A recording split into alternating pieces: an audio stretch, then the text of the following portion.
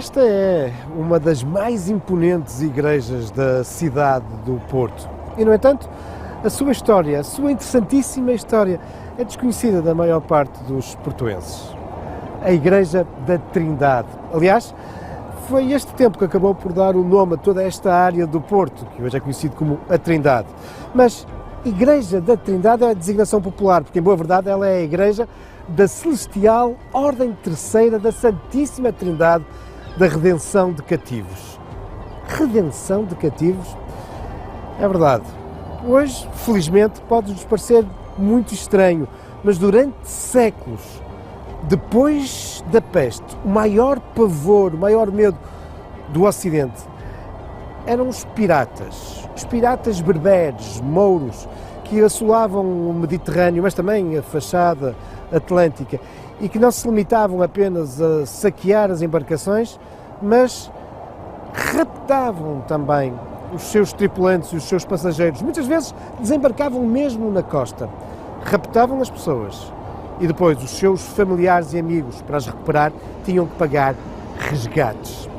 Bom, nos finais do século XII, inícios do século XIII, há um religioso francês, João de Mata, que tem uma visão. Ele vê um anjo com uma enorme cruz azul e vermelha, que de resto se tornará na cruz da Ordem da Santíssima Trindade, um anjo que quebra as algemas, as correntes de dois cativos, de dois prisioneiros. É isso que nós vemos também na representação aqui de São João de Mata, no alto da igreja, com as suas correntes.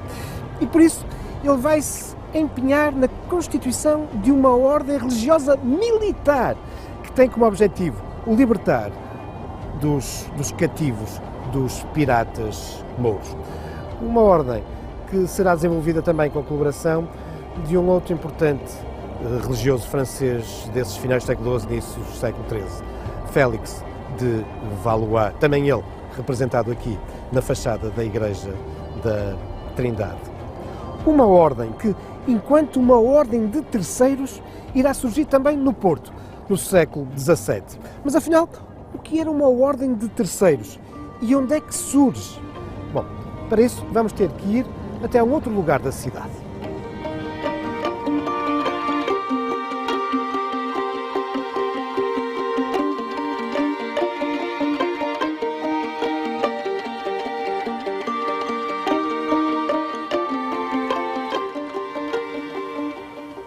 Esta história começa, de facto, numa outra praça histórica da cidade do Porto, o Largo de São Domingos.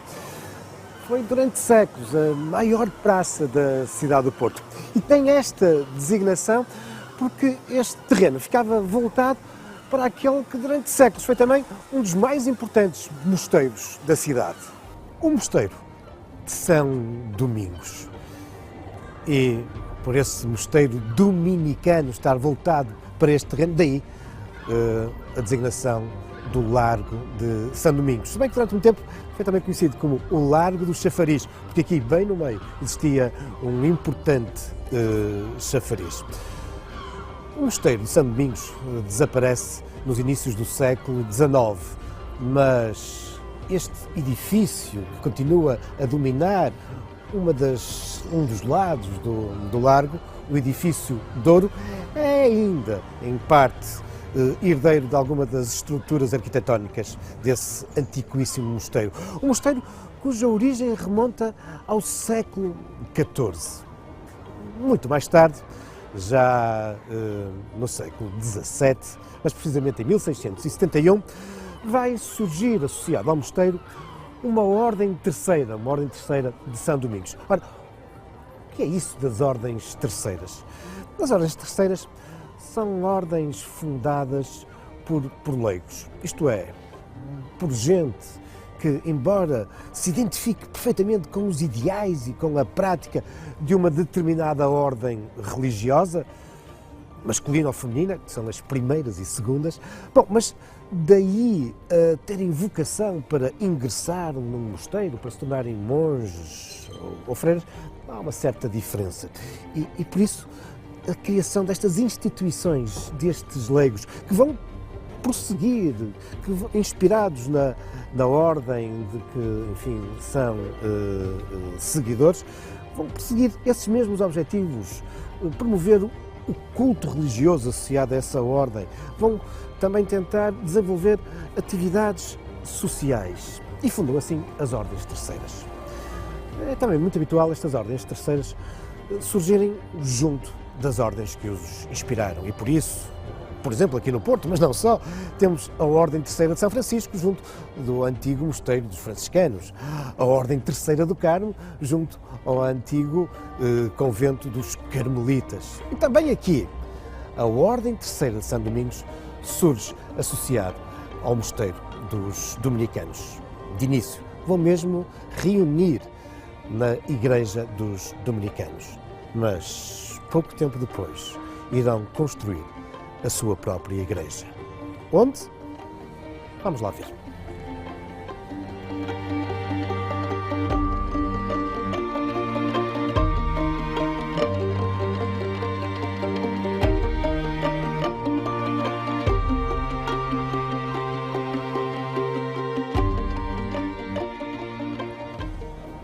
Com efeito, após a sua fundação, durante mais de uma década, a Ordem dos Terceiros Dominicanos desenvolvia a sua atividade no interior da igreja do Mosteiro de São Domingos, mais precisamente na Capela do Espírito Santo. Mas, nessa segunda metade do século XVII, as ordens terceiras da cidade vinham se empenhando na construção das suas próprias igrejas. E a Ordem Terceira aqui de São Domingos não se vai aliar desse processo e vai também construir a sua igreja. Para tal, em 1683, recebe um terreno anexo ao mosteiro por parte da própria Ordem. É este onde agora nos encontramos, coincide com a atual Rua Ferreira Borges. E é aqui que logo no ano seguinte, 1684, inicia a construção da sua capela, que será benzida no ano seguinte. Mas as obras vão prosseguir durante as décadas seguintes, dando origem, já nos inícios do século XVIII, a um amplo templo. Mas é também agora, nos inícios do século XVIII, quando a Ordem Terceira de São Domingos tem esta sua grande igreja, que vai ter início uma história muito pouco edificante, muito triste e muito pouco católica. É que a Ordem Terceira e a Ordem de São Domingos, os religiosos e os leigos, vão começar a conflituar. De início tem a ver com uma questão de empréstimos, de alfaias litúrgicas, mas é um processo que se vai acentuando. Quando chegamos a meados do século XVIII, são mais de 30 as demandas, mais de 30 os processos em tribunal, as acusações e as queixas dos religiosos contra os leigos e vice-versa. Uma situação verdadeiramente insustentável. Toda a gente na cidade comenta e o próprio rei Dom José I acaba por pedir a intervenção, nada mais, nada menos do que do Papa, para que esta disputa tão pouco católica veja o seu fim. Em 1755, o Papa vai intervir e vai extinguir a Ordem Terceira de São Domingos. Uma solução radical. A 1 de novembro, o mesmo dia do famoso terremoto de 1755, a porta aqui da igreja da Ordem Terceira era encerrada. Mas, nesse mesmo ano, o Papa cria, na cidade do Porto, uma Ordem da Santíssima Trindade.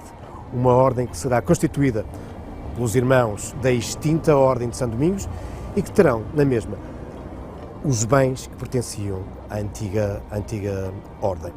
A única coisa que eles não poderão continuar a usar é a igreja que passou para a Ordem de São Domingos. Mas então, para onde foram estes antigos irmãos da Ordem Terceira de São Domingos, agora constituindo a Ordem da Trindade? Não foram para muito longe. Vamos prosseguir este nosso percurso até a Trindade.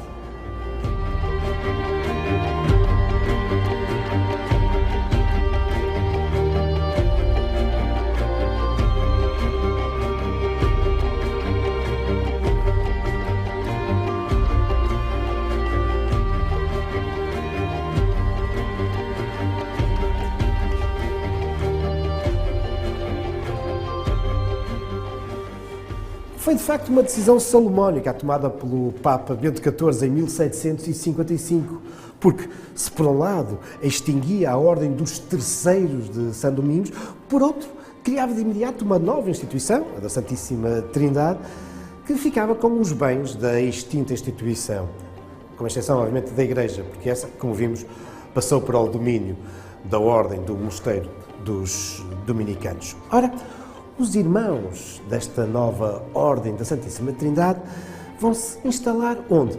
A poucas dezenas de metros de distância do Mosteiro de São Domingos, nas margens do Rio da Vila, um local onde hoje temos a Rua Mouzinho da Silveira. Vão-se instalar na Capela da Irmandade de São Crispim e São Crispiniano. E ainda hoje, na cave aqui de um edifício da Rua Mouzinho da Silveira, podemos observar vestígios dessa antiga capela. Mas a Ordem da Santíssima Trindade não iria ficar aqui muito tempo.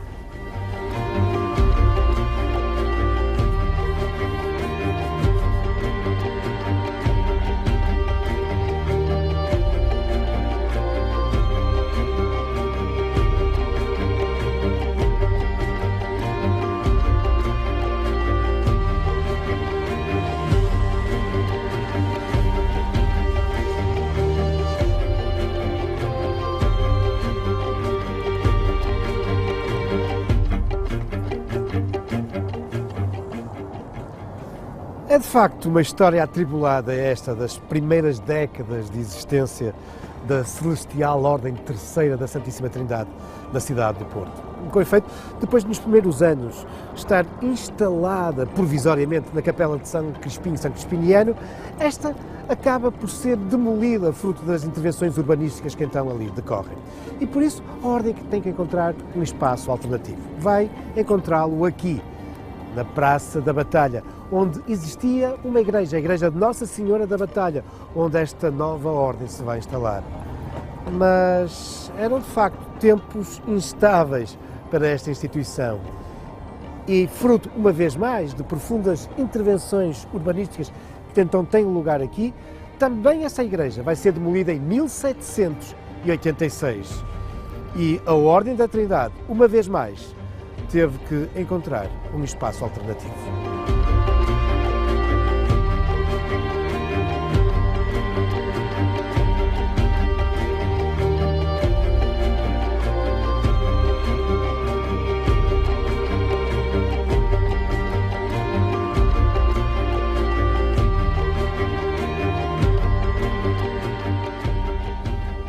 Desalojada da Praça da Batalha, a Ordem Terceira da Santíssima Trindade vai encontrar novas instalações aqui na Cordoaria, numa capela que existia neste local, a Capela do Calvário Novo.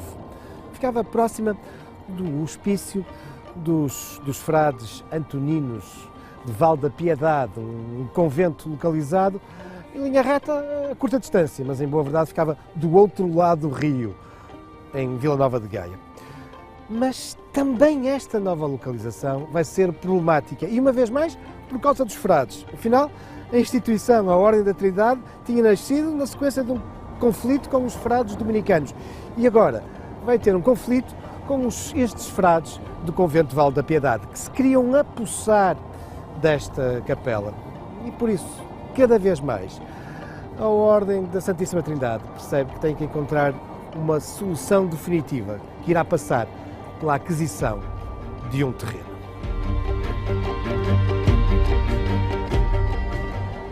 A definitiva solução é encontrada no início do século XIX, em 1802, quando a Ordem da Trindade acaba por adquirir um terreno onde vai construir de raiz a sua igreja.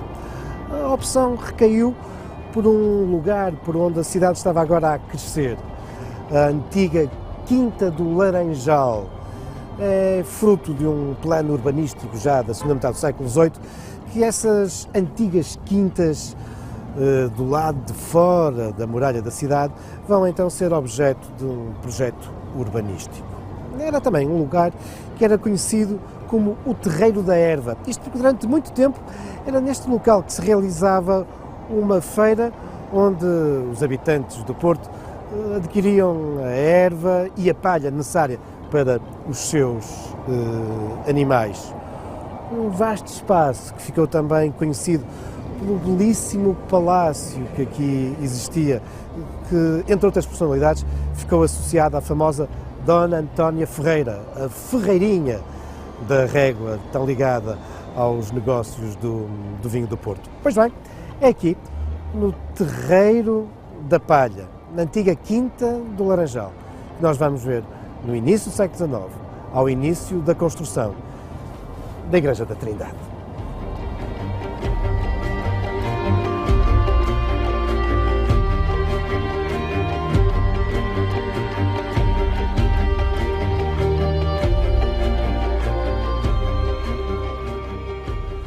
Adquirido pela Ordem da Santíssima Trindade o terreno em 1802, é logo no ano seguinte que tem início a construção da igreja.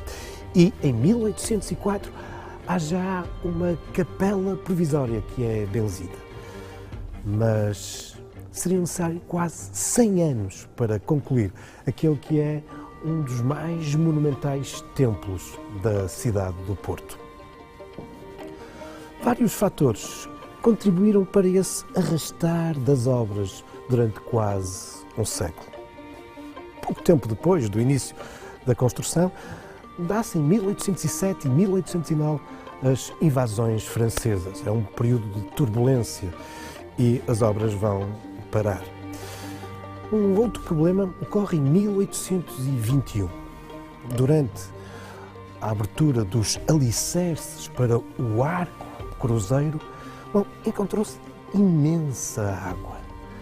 Foi necessário um ano de trabalhos para finalmente conseguir alicerçar o arco cruzeiro no afloramento e quase que se teve para desistir do projeto da construção do templo, tal a abundância das águas que aqui existiam no subsolo. Ultrapassado esse problema, pouco tempo depois, temos entre 1832 e 1833 o Cerco do Porto.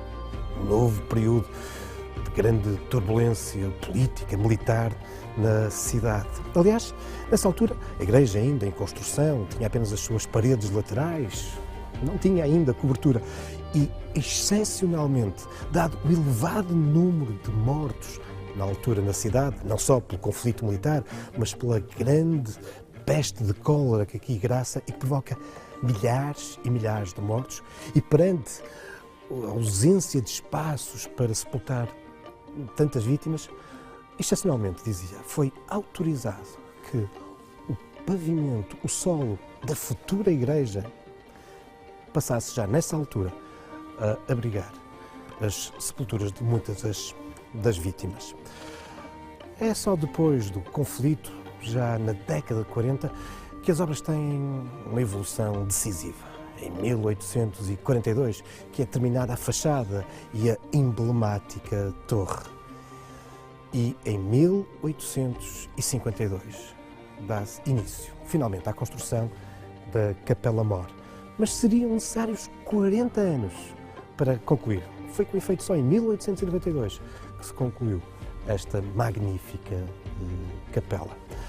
A igreja está repleta de motivos artísticos, arquitetónicos de elevado interesse e valor patrimonial. Aqui no transepto, por exemplo, vale a pena destacar o belíssimo altar da Santíssima Trindade.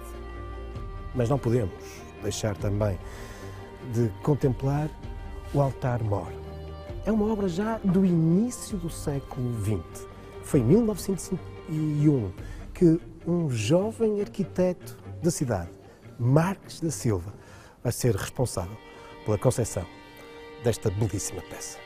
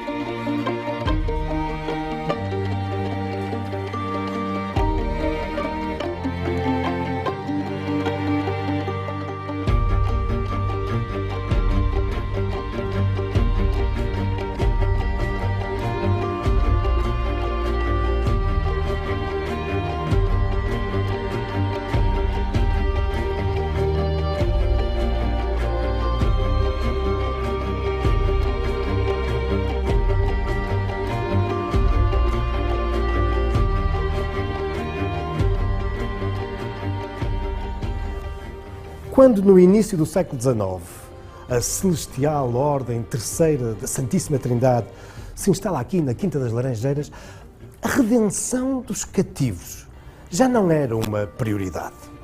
Desde os finais do século XVIII que os piratas haviam praticamente deixado de assolar a nossa costa. E por isso a Ordem vai se fixar noutros objetivos, nomeadamente sociais, assistenciais e desde muito cedo que a assistência médica e hospitalar aos irmãos, abrindo-se depois a toda a comunidade e toda a cidade, vai ser uma missão primordial. De resto, ainda as obras na igreja tinham começado há pouco tempo e logo em 1815, associado ao templo, começa a ser construído um hospital. Um hospital virá a ser inaugurado em 1852. Dimensões, então, ainda relativamente modestas, mas ao longo destes mais de 150 anos, o Hospital da Trindade acabou por se alicerçar como uma referência no panorama hospitalar do Porto e do país. E antes ainda da inauguração do hospital, já a farmácia da Ordem Terceira da Trindade era também um espaço de referência no Porto. Para toda esta atividade foram fundamentais os benfeitores, não só para a construção da igreja, mas também do hospital. Muitos deles são recordados, nomeadamente aqui no Salão Nobre da instituição.